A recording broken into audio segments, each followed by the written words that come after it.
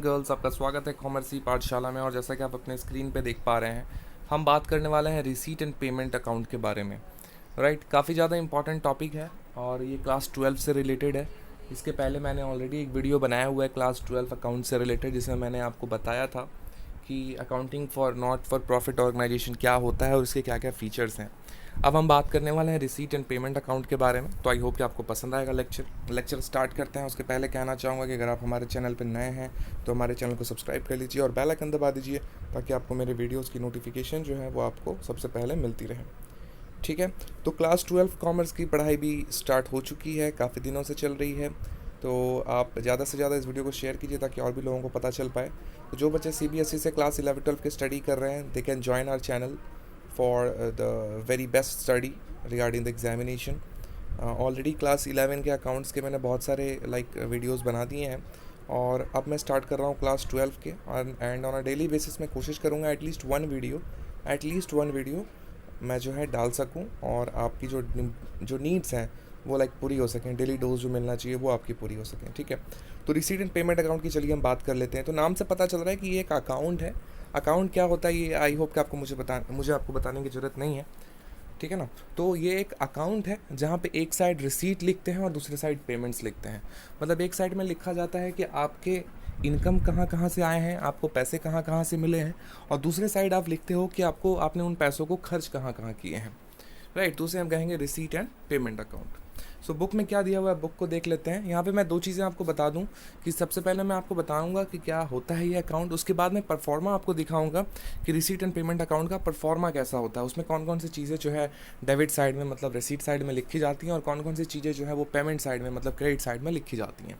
ये दो चीज़ें मैं बताऊँगा। इसके बाद वाले लेक्चर में आपको बताऊँगा कि रिसीट एंड पेमेंट अकाउंट के फीचर्स क्या क्या हैं। ठीक है, तो चलिए देखते हैं रिसीट एंड पेमेंट अकाउंट किसे कहते हैं।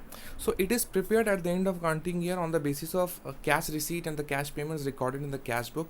It is a summary of cash and bank transactions under various heads. देखो यहाँ पे जो बात बोली गई वो ये है कि इसको तैयार किया जाता है किसी भी अकाउंटिंग ईयर के एंड में, जहाँ पे आप अपने कैश बुक को देख करके जो भी आपकी कैश रिसीट और कैश पेमेंट्स होती हैं उसको आप रिकॉर्ड करते हो रिसीट एंड पेमेंट्स अकाउंट में। It is a summary of cash and bank. ये एक समरी होती है जहाँ पे कैश एंड बैंक ट्रांजेक्शन्स जो भी हुई हैं उनको आप लिखते हो। For example, subscriptions received from the members on different dates which appear on the debit side of the cash book.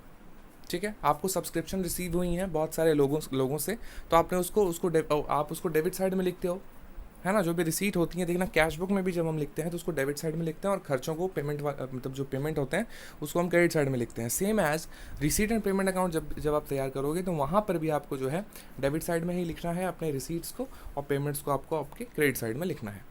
ठीक है ना। तो जो भी आप मेंबर्स से जो भी आपको सब्सक्रिप्शन मिले हैं उसको आपको अपने डेबिट साइड में लिखना है कैश बुक की तरह। Shall be shown on the receipt side of the receipt and payment account as one item with its total amount. ठीक है, तो सब्सक्रिप्शन का जितना भी पैसा आपने कैश बुक में लिख करके रखा हुआ था, suppose subscription from Rashid, Ramesh, Ritesh, ये जो चीज़ें हैं आप इसको कैश बुक में अलग अलग लिख रहे थे, लेकिन रिसीट एंड पेमेंट अकाउंट में आप रिसीट अकाउंट में जब उसको लिखोगे, रिसीट में जब आप लिखोगे तो फिर आपको सबको ऐड करके एक ही अकाउंट के नाम में वहाँ पर आपको डाल देना है।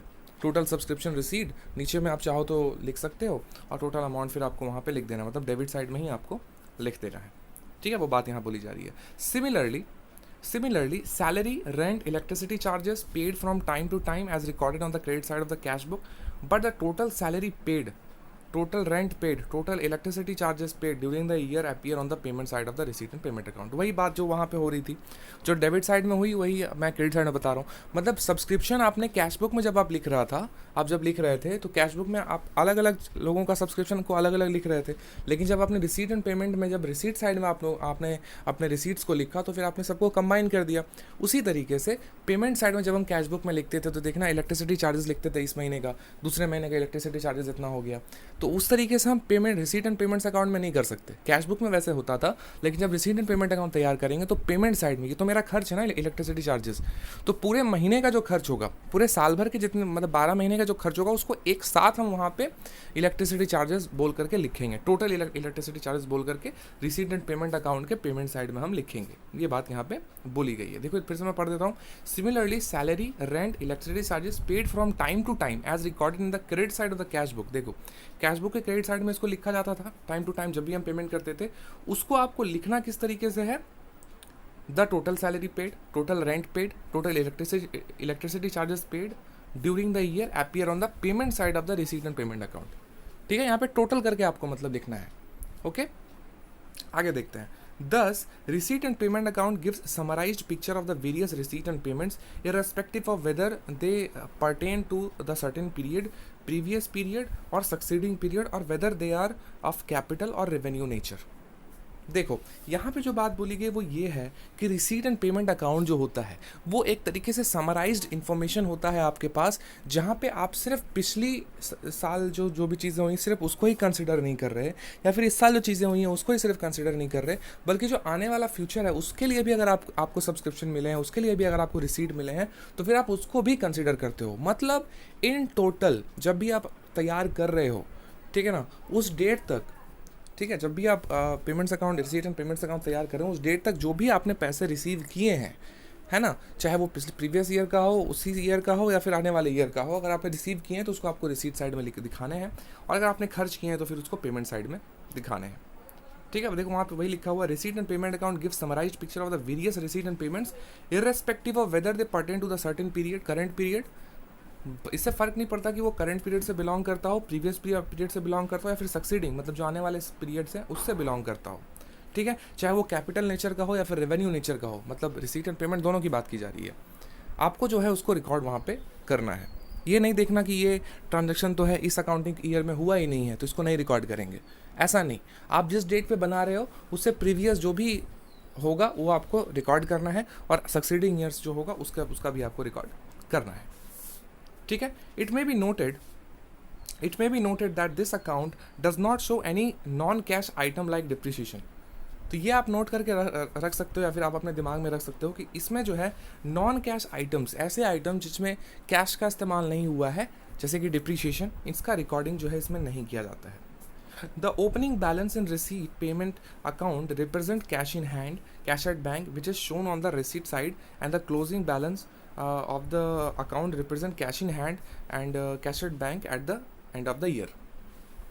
ठीक है, यहाँ पे बोला गया कि जो अकाउंट ओपनिंग बैलेंस जो होता है रिसीट का, वो टोटल उसके कैश बैलेंस होता है, कैश इन हैंड करके कह के हम जो है रिसीट साइड में उसको लिखते हैं। ठीक है, आगे देख लेते हैं क्या लिखा हुआ है। कहाँ पे थे हम, काफ़ी नीचे आ गए हैं। The opening balance in the receipt and payment account represent cash in hand, cash at bank which is shown on the receipt side में हम उसको लिखते हैं। And the closing balance of the account, जो क्लोजिंग बैलेंस होगा account का cash in hand और cash at bank का, वो भी हम लिखते हैं उस ईयर के एंड में। ठीक है, वो भी उस ईयर के एंड में जो है क्लोजिंग जो होगा वो भी लिखा जाता है। ठीक है, which appear on the credit side, लेकिन उसको कहाँ लिखा जाता है, क्रेडिट साइड में लिखा जाता है। जब ओपनिंग बैलेंस हम लिख रहे थे तो हम डेबिट साइड में लिख रहे थे, है ना, मतलब रिसीट साइड में लिख रहे थे, लेकिन जो क्लोजिंग बैलेंस होगा वो आपका क्रेडिट साइड में होगा, मतलब पेमेंट वाली साइड में होगा, लेकिन वो क्लोजिंग बैलेंस होगा, मतलब साल के एंड में जब आप तैयार करोगे टोटल, जब आप लिखोगे कि इतना रुपया इतना आया है, तब उसको आपको लिखना है। Okay, however if it is bank overdraft at the end it shall be shown on the debit side as the last item। लेकिन यहाँ पे अगर आप किसी भी तरह का बैंक ओवरड्राफ्ट निकालते हो, बैंक से अगर आप पैसे निकालते हो, तो फिर आपको उसको जो है डेबिट साइड में शो करना है और as a last item show करना है रिसीट एंड पेमेंट अकाउंट में। ये जब मैं आपको परफॉर्मा दिखाऊंगा तो फिर मैं आपको बता दूंगा। ठीक है ना, अभी मैं आपको दिखाने ही वाला हूँ तो फिर आपको क्लियर हो जाएगा। Let us look at the cash book of golden. यहाँ पे देखो, यहाँ पे कैश बुक दिखाया जा रहा है एक कंपनी का, एक इंस्टीट्यूशन का, और उसी के बारे में जो है नीचे में लिखा गया है। तो आप चाहो तो उसको एक बार एक नज़र दौड़ा सकते हो, बट मैं यहाँ से आपको नहीं बताऊँगा अभी।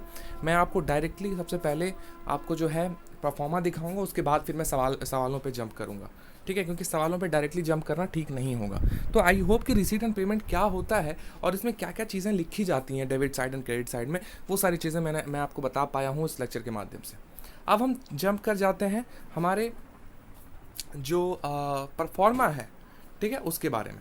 देखो फिगर 1 यहाँ पे दिया हुआ है, एक तरफ देखो लिखा हुआ है रिसीट्स और दूसरी तरफ लिखा हुआ पेमेंट्स।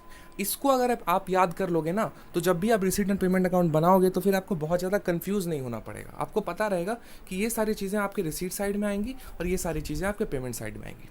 तो देखो रिसीट में क्या क्या है, डोनेशन है, जनरल हो या फिर स्पेसिफिक पर्पस हो, एंट्रांस फीस है, लेगेसीज है, सेल ऑफ इन्वेस्टमेंट है, सेल ऑफ फिक्स्ड एसेट है, सब्सक्रिप्शन फ्रॉम मेंबर्स है, लाइफ मेंबरशिप फीस है, सेल ऑफ ओल्ड न्यूज़पेपर है, sale of old sport material है। ये सारी चीज़ें मैं पूरा नहीं पढ़ रहा हूँ, ये सारी चीज़ें रिसीट साइड में आएंगी। जब आप अकाउंट बनाओगे तो फिर आपको यही सारी चीज़ें मिलेंगी जिसके बगल में अमाउंट लिखा होगा। तो जब भी आप रिसीट एंड पेमेंट अकाउंट बनाओगे तो यही सारी चीज़ें लिख करके आपको लिखना है, मतलब आपको याद रखना है कि ये सारी चीज़ें रिसीट। पैसे अगर आपके पास आ रहे हैं तो वो रिसीट है, अगर आप खर्च कर रहे हो तो वो पेमेंट है। लेकिन कुछ कुछ रिसीट एंड पेमेंट जो है हम इंक्लूड नहीं करते हैं। तो क्या इंक्लूड करते हैं ये अभी आपके स्क्रीन के सामने है, आप इसको याद कर सकते हो। पेमेंट में देख लो उसी तरीके से क्या क्या है। यहाँ पे देखो सेल ऑफ फिक्स्ड एसेट था तो यहाँ पे परचेज ऑफ फिक्स्ड एसेट, ठीक है, इसका उल्टा वो तो होना ही है।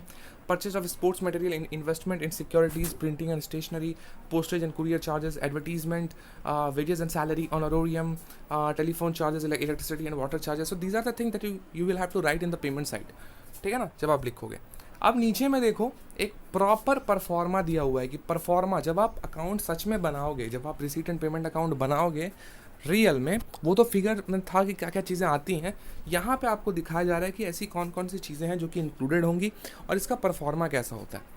तो देखो यहाँ पे जो हमारा टी शेप होता था ये टी शेप ही है, लेकिन यहाँ पे जैसे कि प्रीवियस में क्या था कि डेट वाला एक कॉलम था, फिर आपका LF का एक कॉलम था, है ना, सॉरी माफ़ी चाहूँगा, JF का एक कॉलम था। तो वो सारी चीज़ें यहाँ पे नहीं है। यहाँ पे देखो एक तरफ रिसीट लिखा है, दूसरी तरफ पेमेंट लिखा है और उसके ऊपर लिखा हुआ है receipt and payment account for the year ending. अब यहाँ पे देखो नीचे में वही सारी आइटम्स हैं जो अभी मैंने आपको थोड़ी देर पहले ऊपर में बताया था। थोड़ा सा स्क्रॉल अप करके जो भी मैं आपको बता ही रहा था वही सारी चीज़ें देखो यहाँ पर भी है। Balance BD, cash in hand, cash at bank, subscription, general donation, sale of newspaper, वही सारी चीज़ें देखो यहाँ पे है। और पेमेंट में भी वही सारी चीज़ें हैं, wages and salaries, rent, rates and taxes, insurance, printing and stationery, postage and courier, advertisement, sundry expenses, telephone charges वगैरह वगैरह, ये सारी चीज़ें आपको यहाँ से पता चल जाएंगी। तो ये आपने याद रखना है, ये pro forma along with these topics जो इसके अंदर हैं, ये आपने याद रखना है कि जब आप बनाओगे अकाउंट तो ये सारी चीज़ें एक डेबिट में होंगी, दूसरी क्रेडिट में होंगी, मतलब एक रिसीट में होंगी, दूसरी पेमेंट्स में होंगी, ठीक है, ये आपने याद रखना है। कुछ पॉइंट्स और थे, नीचे देख लो, life membership fees, entrance fees, ये सारी रिसीट में आ जाएंगी। और यहाँ पे देखो cash in hand and cash at bank, ये बैलेंस जो है हमारा पेमेंट साइड में शो होता है, तो ये आपने याद रखना है।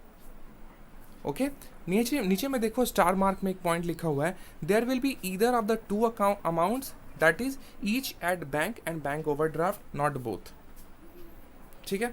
यहाँ पे या फिर तो आपको बैंक वाला अमाउंट लिखना है या फिर तो बैंक ओवरड्राफ्ट वाला अकाउंट लिखना है, ठीक है, दोनों नहीं होगा, ठीक है। तो ये आपने याद रखना है। It may be noted that the receipt side of the receipt and payment account gives a list of revenue receipt, ठीक है। देखो वही बात पहले जो मैं कह रहा था उसी को फिर से लिखा हुआ है। ये नोट किया जा सकता है कि जो रिसीट साइड है रिसीट एंड पेमेंट अकाउंट का, उसमें फॉर जो भी रेवेन्यू रिसीट होंगी, चाहे वो पास्ट हो, करेंट हो या फिर फ्यूचर पीरियड्स हो, उसको या फिर कैपिटल रिसीट हो, उसको रिसीट साइड में हम लिखते हैं रिसीट एंड पेमेंट अकाउंट के। और सिमिलरली पेमेंट साइड में हम लिखते हैं, रिसीट एंड पेमेंट अकाउंट के पेमेंट साइड में हम लिखते हैं वो सारे पेमेंट्स जो कि पास्ट के भी हो सकते हैं, करंट के भी हो सकते हैं या फिर फ्यूचर पीरियड्स के भी हो सकते हैं, या फिर कैपिटल पेमेंट्स भी हो सकते हैं, उसको हम पेमेंट साइड में लिखेंगे रिसीट एंड पेमेंट अकाउंट के, ठीक है। तो ये हमारा आज का पूरा लेक्चर था जिसमें मैंने आपको रिसीट एंड पेमेंट अकाउंट क्या होता है और उसको परफॉर्मेंस सहित आपको बताने की कोशिश की है कि कौन कौन से आइटम जो है डेबिट साइड में जाएंगे और कौन कौन से आइटम क्रेडिट साइड में जाएंगे। In case of any doubt, any question, any query, you can ask in the comment section. मैं डेफिनेटली आपको जवाब देने की कोशिश करूँगा और आपको समझाने की कोशिश करूँगा, ठीक है। तो ये हमारा आज का पूरा लेक्चर था। आई होप कि आपको पसंद आया होगा। पसंद आया है तो लाइक, कमेंट और शेयर कीजिए और हमारे चैनल को सब्सक्राइब कर लीजिए। हम आपसे मिलते हैं हमारे नेक्स्ट वीडियो में, तब तक के लिए आप अपना ख्याल रखिए। शुक्रिया, thank you, take care and bye bye, have a nice day.